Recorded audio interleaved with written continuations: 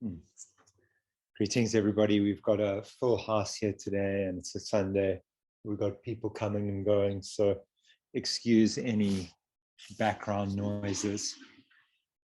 I'm going to try and navigate it as we can, but it's going to be a little tricky with all the people here and still getting access to the internet. So, yeah, please excuse any sounds. Okay, so feels like a relatively simple catch up. Already here we have holidays, so some people are going on holiday and going away for the year. But there's still actually plenty that's been going on and been evolving. So at the last gathering, we demoed some of the tools that were in progress being built. And that was the WordPress payment plugin and the Buy Now button. Those tools are now live at ELYS.money in the toolshed. You can go in there and you can get access to them. And so you are able to connect up and accept ELYS. Those are very convenient ways to accept ELYS. There's one other thing which I'd like to share with you guys, and that's a new product which isn't totally live yet, but it's going to be coming live soon, and I will demo that now. And that's actually a bridge, and this bridge is important, and it's really going to be the focus of this month's call, and it's kind of the focus of where we're headed and an important thing that we're doing. So yeah, I'm going to go to screen share, and I will then be able to show you the bridge. So let me, okay, I just need to get screen sharing from Mary Monster.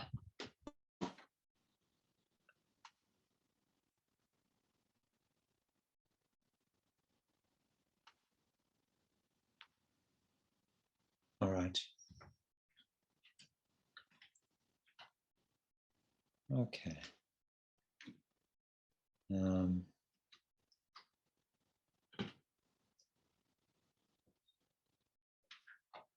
Okay. So so one of the big things is if we look at crypto in general, and if we look specifically at the Elyseos ecosystem, one of the things that we notice that currently where crypto is heading and what is huge in crypto is what we call DeFi, decentralized finance. And this is the ability to trade tokens, to borrow money, to invest in projects. So the finance aspect has been made really, really easy with the advent of cryptocurrency. And what's interesting about decentralized finance is a couple of things. If we look at traditional finance, it's very siloed. So every agency has their own financial products. So you go to this particular bank or this particular insurance company or this particular mutual firm, and they've got their suite of products, and they've got their backends, and they've got their own computers. And their backends don't really easily talk to the backends held in another company or in another company and another company. So what's really happened with DeFi is a couple of things have happened. The one is that the product suites are all interoperable. Yes, there are lots of different tokens, but those tokens can be exchanged. They can be bridged from one chain to another, from the Phantom chain to the Ethereum chain to Solana, to Avalanche, so you can bridge across. And you can do all of this without speaking to the company. You don't have to speak to Phantom to bridge your coins, to swap your Phantom for Luna, and then to bridge across to the Harmony chain, for example. You don't have to speak to anybody. So it's non-custodial. So the company doesn't have any say over what you do with your money. They simply provide the product. Oh, here's a lending protocol, and you lend at this rate. And everything else is done by yourself. So not long ago, about 3 or 4 months ago, my partner and I, we borrowed money to buy a car. And in order to borrow that money, the hoops and the amount of times we had to send our IDs and our proof of address and all these things back and forth, it was a huge endeavor to get that loan. Now with DeFi, you know, you need to stake something. You need to prove that you've got the amount of money to pay back the loan. But other than that, there's none of this identity back and forth, thousands of signatures. You click in your MetaMask wallet, you approve the transactions, and the transactions happen. So, and then also when your money goes from one place to another, it goes either directly into a swap or directly into a protocol. It's not being custodied, it's non-custodial. It's not being held by any particular centralized entity, a bank or an insurance company. So you own your own keys to your own finance. That's one really important piece about decentralized finance. The other really important piece is collective development. So most of the software, the good software that's being written in DeFi is being written collectively. So it's being created in an open source manner so people can go in and look at the protocols, look at how the software is written, and then they can take it and they can adapt it and they can rewrite it and they can write on top of it. And this is quite amazing because actually what it does is it allows people to collaborate. So imagine if all the banks in the world got together and instead of each writing their own trading platform for foreign exchange, they all wrote it together. I mean, that platform would get really good really fast because now instead of each bank's 1,000 programmers working on their own thing, they're all working collectively. So it also brings costs down dramatically because suddenly you don't have to pay all these for all these banks and their buildings and their all the rest of it, right? It's just people at home writing code. So DeFi, the products on DeFi they're already better than a lot of what the traditional banks offer out there, even though DeFi is realistically speaking only 2 years old.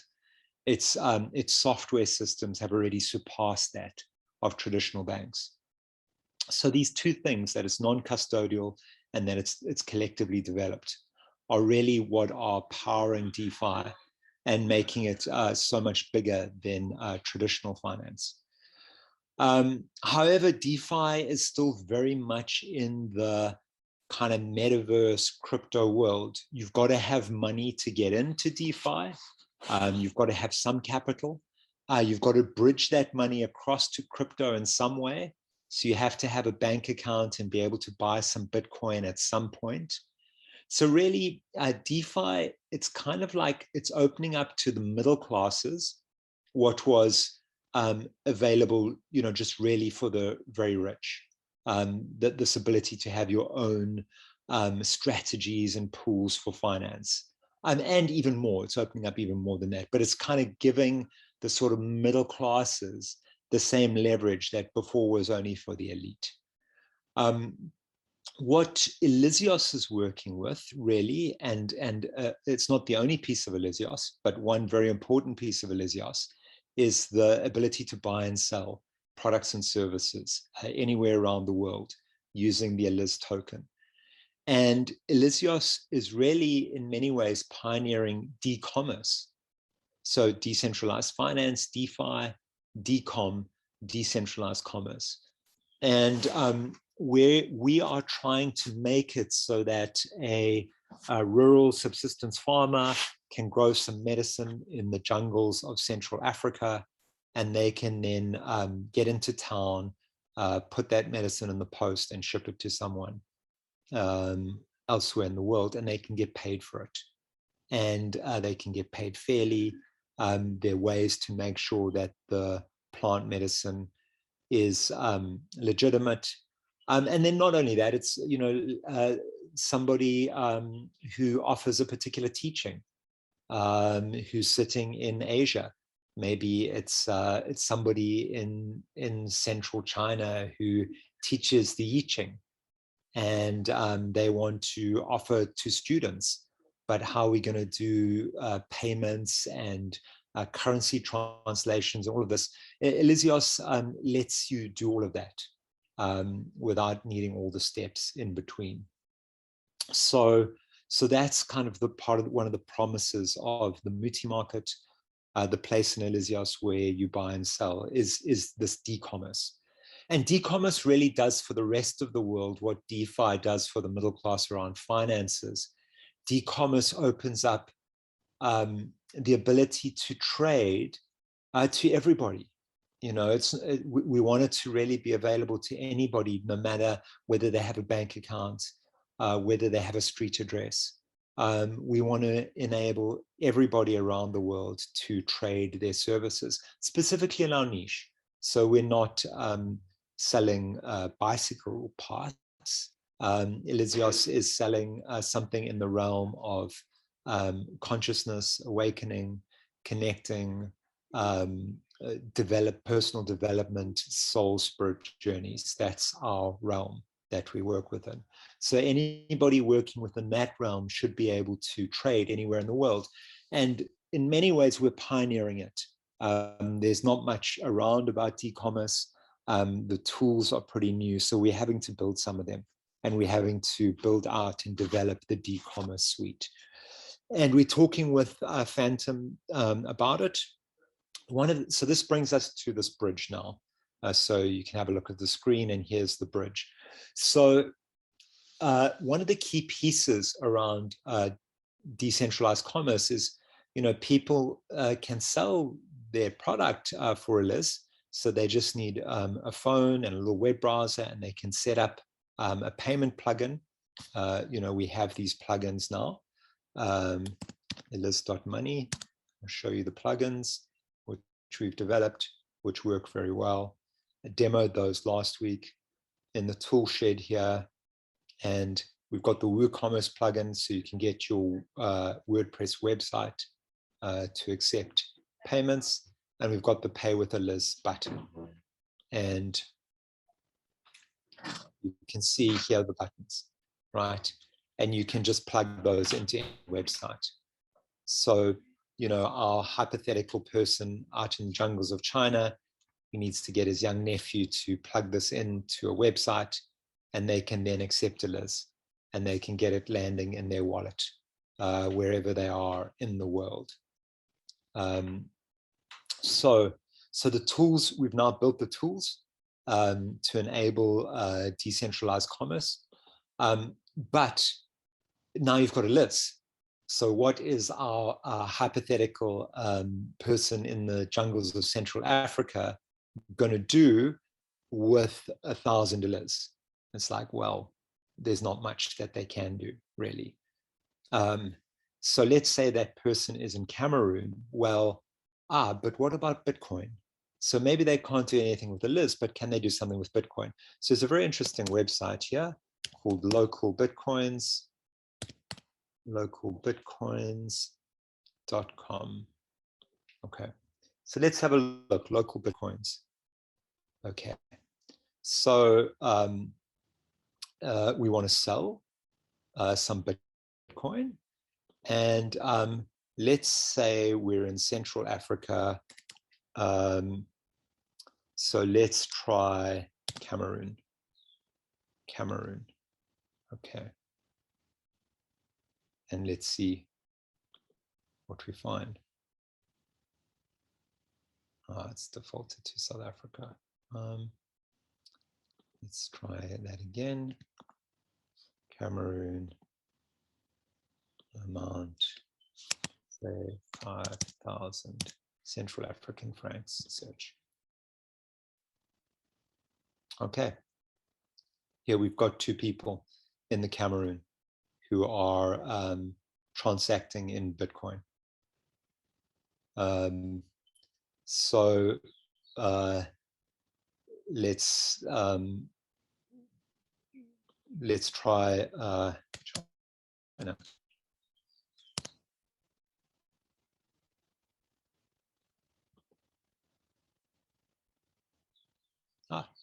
So many people in China are using Alipay into your bank. So, you know, there are so many ways around the world, because the Bitcoin infrastructure is so well established that people can typically get from Bitcoin to a local currency. So our objective then became, okay, can we help somebody get from ELYS across to Bitcoin? Okay. And so we built this bridge. And what this bridge does is you can put in a Bitcoin address here, and you can put in an amount of ELYS that you want to trade. So I'm going to quickly, just offline, I'm just going to grab a Bitcoin address of mine.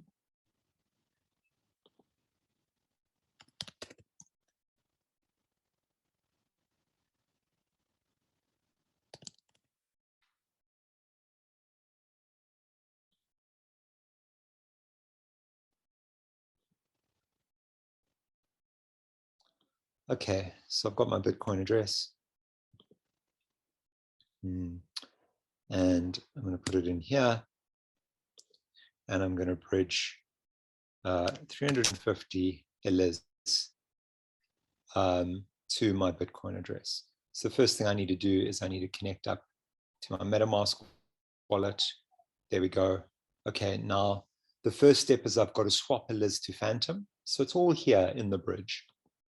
So I click on swap ELYS to Phantom. It pulls up my MetaMask. I was just needed to do some stuff on another chain today, and the transactions were taking so long. I really missed Phantom. Like, you know, Phantom, you click and the transaction goes through. It almost feels like a native app, but with this other chain, it was taking like 7-8 minutes to do a transaction. Now I need to swap the Phantom to it's a version of Bitcoin called Ren Bitcoin. It's a version which allows it to bridge across. So I confirm that step.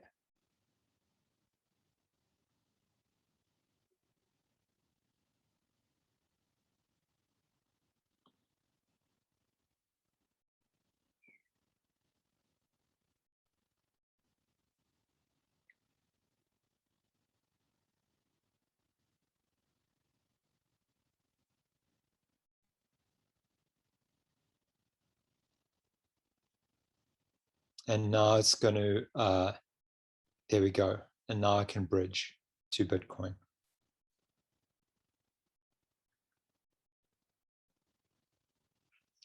And I confirm, and all of this, each transaction is costing under 2 cents. So going from ELYS to Bitcoin, and each step has cost me about 2 cents.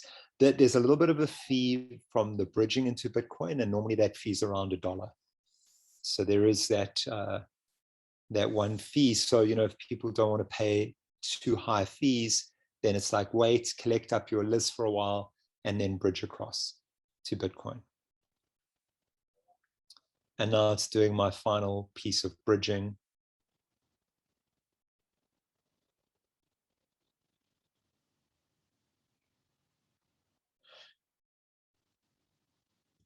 And so this is kind of unusual. There is no tool allowing a particular token on Phantom to bridge directly across to Bitcoin in your Bitcoin wallets. You can get wrapped Bitcoin on Phantom, which is easy, but to get Bitcoin in a Bitcoin wallet, which can then be traded on, say, local Bitcoins, is a little bit little bit, it's unusual, it's unique. It's the first time it's been built. So we've actually built this bridge now to allow you to bridge out. And there we go. It's now submitted it to Ren. Ren has got a series of nodes which allow bridging from different chains through to Bitcoin. It's a very good project. We like them a lot. And it says here, view transaction on Bitcoin. And you can actually see, if you go to the block explorer,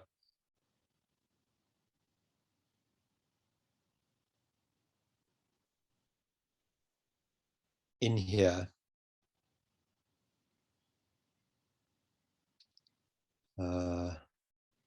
so this is all of the transactions, and one of these transactions from, we need to see to, anyway, I'm not going to go through all of it, but one of these transactions is my transaction, and it is it's now on the Bitcoin chain, and it will actually appear in my Bitcoin wallet. In a little bit, I'll show you that. It's going to take a few minutes because the Bitcoin network is not as quick as Phantom.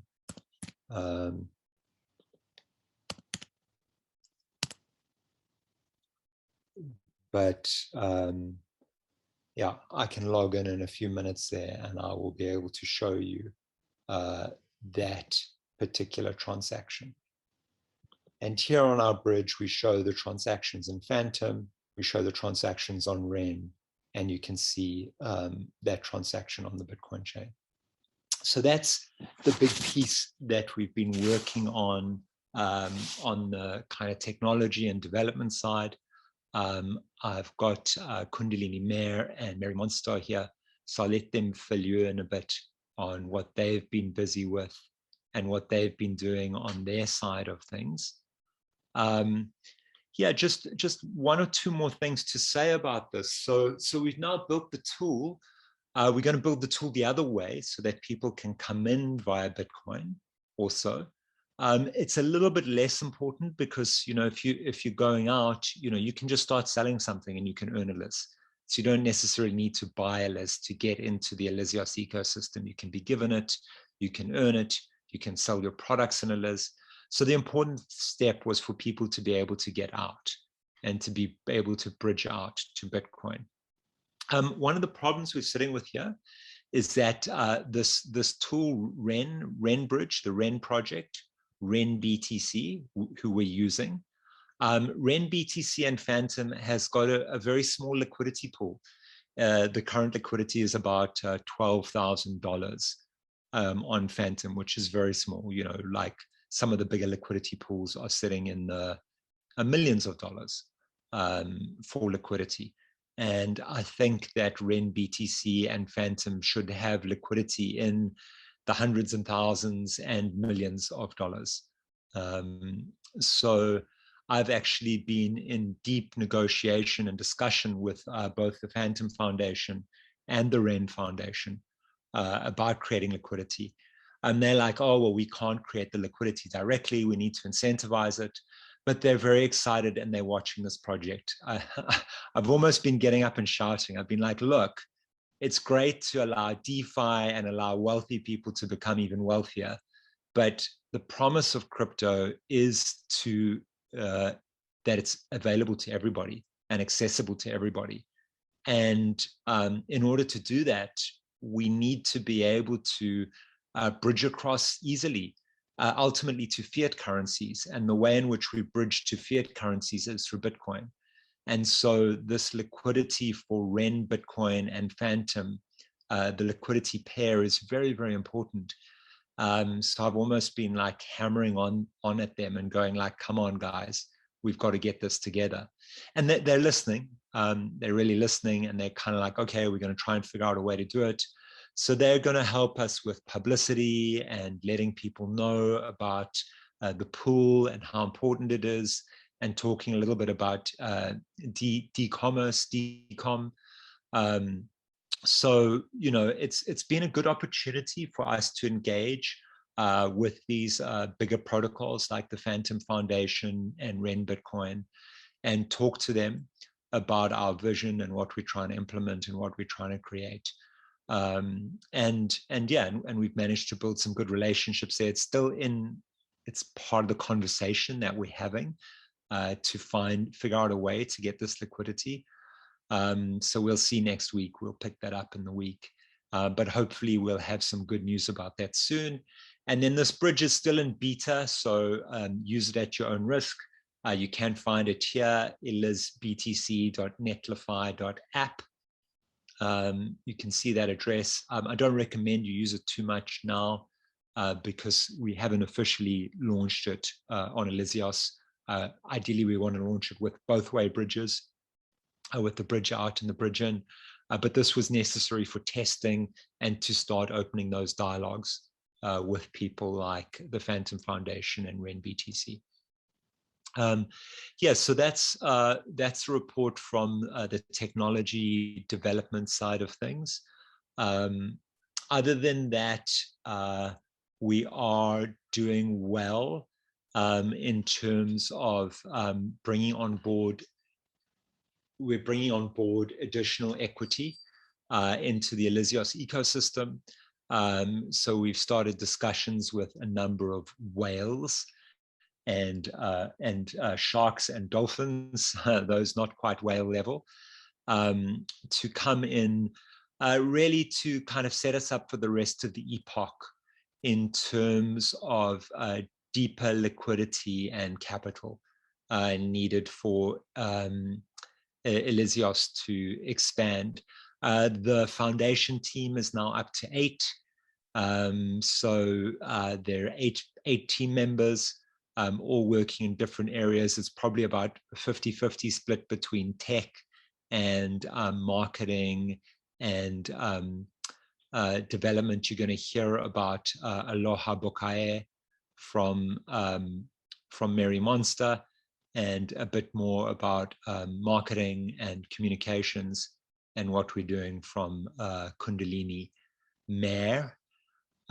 So yeah, I think that's really it from my side. Kundalini, are you ready to share a bit on the marketing front? Sure, I don't mind going first because I don't have much to share right now, but I can go for it.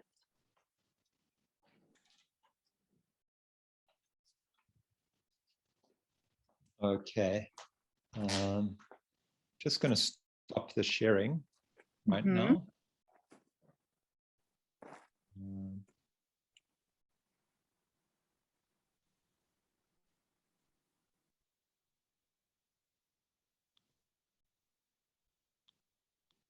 Okay. So that's the sharing for now. I am Kundalini. Are you there? Yes, I'm here. She maybe she's. Can you hear me? Just stepped away. I'm speaking. Can you hear me? Okay. Well. Hello. While we're waiting for Hear me now? her to reappear, I will continue. Yeah, hello? I think. Can you hear me? Maestro, BigNose. With Elyseos is we're kind of at that sort of we've left the startup phase. We're in month 4 now, and we've just grown. We've doubled the size of the team, so we went from a core foundation team of 4 to a team of 8. So the team size doubled, and we're now at that sort of stage where roles and responsibilities are being defined. We're not in the raw startup phase of everybody doing a little bit of everything. We're clarifying who's doing what and what roles and things people take on. So I'm now going to hand over to Can you hear me? Mary Monster. Hello. And she can share a little bit with you about Aloha Bokayé.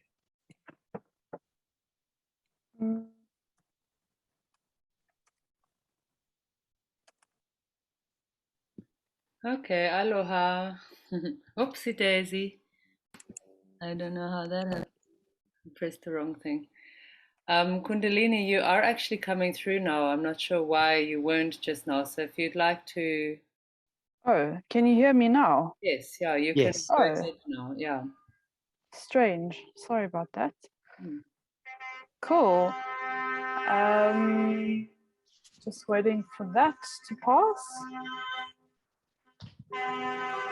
There's a whole strike happening about Shell.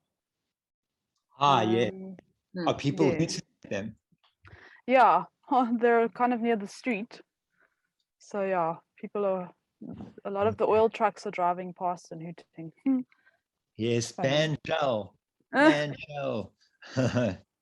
Good. Cool. So I've been away for a week, so I may have missed out on some things, but I guess in a nutshell, the focus of the marketing and communications is really about developing and getting Elyseos's voice out there on so that it can be relevant, so that it can get together with like-minded people to form partnerships and collaborations that can solidify and boost the happenings and ongoings of Elyseos. Also going, I think Mary Monster's share will snowball on my share, but also just creating an educational voice of Elyseos. So educating those who are still maybe a bit lost about what Elyseos is and what it does and what it's going to do through blog writing and through Aloha Bokayé, which Mary Monster will speak to. And then, yeah, that's all I can really report on for now. Voila. Thank you, Maestro BigNose. I think he might be moving between spaces at the moment. So I'll just jump right in then. Okay, cool. Thank you. Thank you, Kundalini May. Yeah, so Aloha Bokaya is going ahead. We're going to start. I've been doing interviews with very interesting shaman type people and gathering up groups of people in the know to do shows, weekly shows as such, with me talking about prosperity and talking about crypto and stuff like this. Um, and we're intending to start broadcasting um, regularly, a few shows a week, regularly weekly, with the full moon, which is on the 19th of this month, and then escalating, getting more as we have more people coming in. We're also going to be doing, having some people coming in and doing online classes like with yoga or breathwork classes and things like that. So embodiment. So we'll be sharing the schedule through the Telegram group and through the various channels on Facebook, and that's Kundalini Mayor's department to do that that sharing process, letting everybody know what's happening where. Yeah, but it's quite exciting. We're going to be broadcasting on YouTube and Spotify and Apple iTunes, podcasting and Facebook, and all of the different, through Discord. And we've also found some broadcast channels that are on the blockchain. So you're going to be able to choose which one you'd most like to watch episodes in or listen to episodes in. We're working with both straight sound recording and also with video. So both, all platforms, all of the above. And we don't quite have Aloha Bokayé represented on our website on elyseos.com yet, but As soon as the development guys have got a gap, once they finish the rebate contracts and stuff like that, then they're going to get Aloha Bokayé on there, and then that'll be a good hub space where you'll be able to find the schedule, the weekly schedule, and you'll also be able to apply to put your own show up if you'd like to put something into Aloha Bokayé that we can broadcast across all of the different platforms to help to raise awareness and consciousness education in the realms of what we're doing, which really is speaking to helping to change the education system or the way that we think on the planet, to unravel the mythologies and belief structures that cultural, societal structures have set up, and the kind of what's it called, the limiting governance structures that have been set up in our own minds, and using the working together with the metaverse, and essentially working together with nature and her abundant flow form of communication in all ways, to start to rewrite our world, to create a more friendly and holistic and abundant and creative environment also for the children of the future. So, this is a communication arm and platform to do this. So if you do have anyone in the DAO that you'd like to put forward, or if you'd like to be interviewed, or if you'd like to, submit some music or play music for dancing, for people to dance to, or do this online ceremony, then, the way to get in touch is going to be there on the website with a form for you to fill in. And that's basically it. So as we go along, we'll be making announcements of things coming up and things that have been released, so that you can either watch live or it's all will be there in the follow-up. So yeah, I think that's my thing. I'm working with a wonderful small little team to assist the process, and so it's all looking really good and exciting, and nice conversations with very interesting people who are scattered around the world about relevant current topics. One of the shows that we're going to dive into early on, because it's very relevant and everybody's keen to talk about it, that I've spoken to so far, is called the Crowning series. And so in that, we're going to be talking about this process of crowning as a humanity, and the crowning of this whole planetary system, which is so largely being kind of channeled or gutted. That's another way of putting it, I suppose. With the corona, and how corona is changing people's biofields, and how the vaccine is changing people's biofields, and how does nature fit into this, and what's relevant and what's not relevant, and where is our power in this dialogue? Where is our voice in this dialogue as individuals and as a collective of people who are interested in sustainable, loving, harmonious living, and together with nature, and flowing with frequencies of abundance, together with everything, without excluding or becoming exclusive or fanatical. So we are going to be starting there because it seems to be the most in flow right now.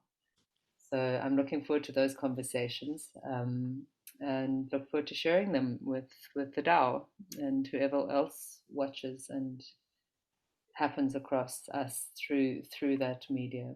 Yeah. And I think that's me. I think that's all from me. I think that's all from all of us. So relatively succinct gathering of the DAO. I see that while we have a large audience in the non-physical, the physical audience is pretty low today. So I guess there aren't any questions, unless any of the any of the foundation members want to add anything, maybe we'll wrap. Okay. Yeah, many blessings to everybody for the month ahead and this full moon that's coming that feels super strong. The cycle we've just entered into, it feels super strong. We're getting more and more beautifully refined in our choice making challenges to refine that which we are. And really discover and unravel that which we are as individuals uniquely. So many blessings to all of us and also to Elyseos, that we can continue to grow and ground our intentions for love to flow unconditionally in and through all that we do. That we have more than enough to share. Many blessings, and also for the time of rest that we are kind of working and dancing together with over the Christmas time and the solstice time and all of the gatherings and celebrations. May merry meeting and merry being be fantastic, and community sangha, good vibes. Hey. Yeah, thank you. Okay. Bokayé. Thank you. Yeah. Thank you. All right. Enjoy the rest of your day. All. You too. Okay, thanks for showing up. Cool. Okay. Bye-bye. Ciao.